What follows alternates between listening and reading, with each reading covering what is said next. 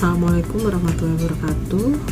Nama saya Ona Wiwanti dengan NIK 112113633. Pada kesempatan ini saya akan coba jelaskan terkait jawaban soal dari ujian tengah semester mata kuliah kreativitas dan inovasi bisnis.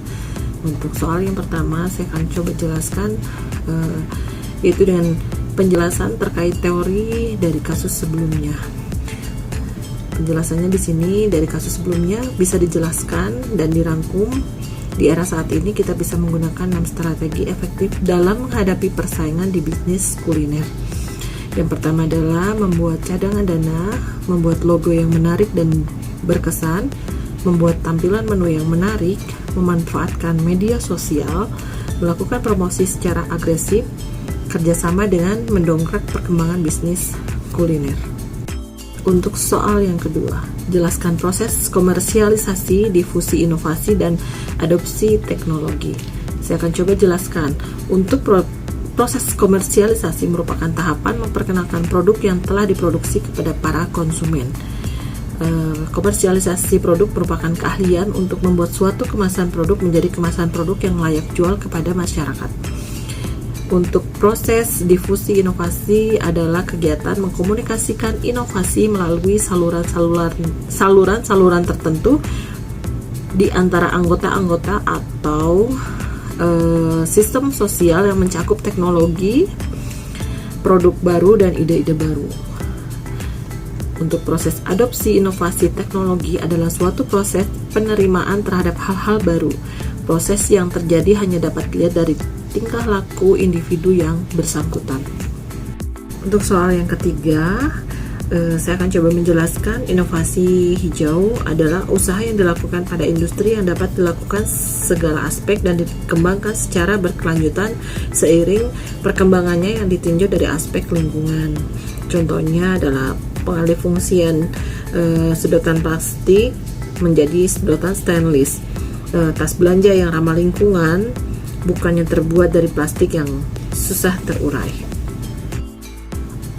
Untuk soal keempat, saya akan coba menjelaskan tentang open innovation atau inovasi terbuka, yaitu pendekatan yang tidak hanya melibatkan internal perusahaan, tetapi juga pihak eksternal dalam mengembangkan dan mengintegrasikan ide baru secara optimal untuk kepentingan perusahaan. Dengan inovasi terbuka didapatkan cara yang lebih menguntungkan untuk berinovasi, karena dapat menciptakan aliran pendapatan baru bagi perusahaan, mengurangi biaya, mempercepat waktu ke pemasaran, dan meningkatkan diferensiasi di pasar.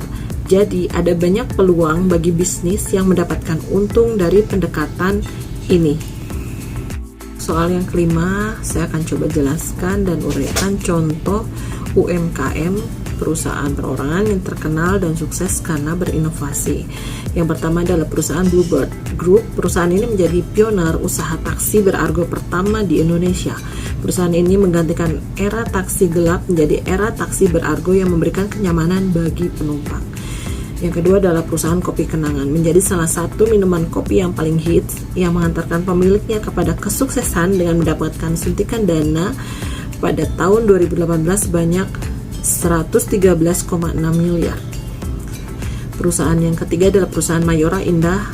Perusahaan ini selalu memberikan inovasi produk makanan dan minuman yang sesuai dengan kebutuhan masyarakat, seperti biskuit Roma, Kopiko, Beng Beng, Le Mineral, hingga minuman berkemasan teh pucuk.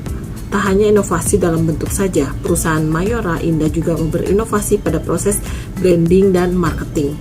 Salah satunya dengan menampilkan produknya di drama Korea kelas A, yakni Vincenzo. Untuk perusahaan selanjutnya, perusahaan Ibu Susi Air, yaitu perusahaan salah satu pelajaran inovasi yang bisa diambil dari kesuksesan Ibu Susi adalah kemampuan untuk melihat masalah dan menjadikan problem solver. Inovasi tidak melulu tentang membuat hal yang baru, tapi bagaimana kita bisa memberikan solusi dari sebuah permasalahan dengan pendekatan yang berbeda. Yang selanjutnya adalah PT Paragon Teknologi dan Innovation, yaitu Wardah. Budaya perusahaan Paragon yakni ketuhanan, keteladanan, kekeluargaan dan tanggung jawab, fokus pada pelanggan dan inovasi telah membawa perusahaan Paragon menjadi perusahaan multinasional. Sekian jawaban-jawaban S dari saya. Terima kasih. Assalamualaikum warahmatullahi wabarakatuh.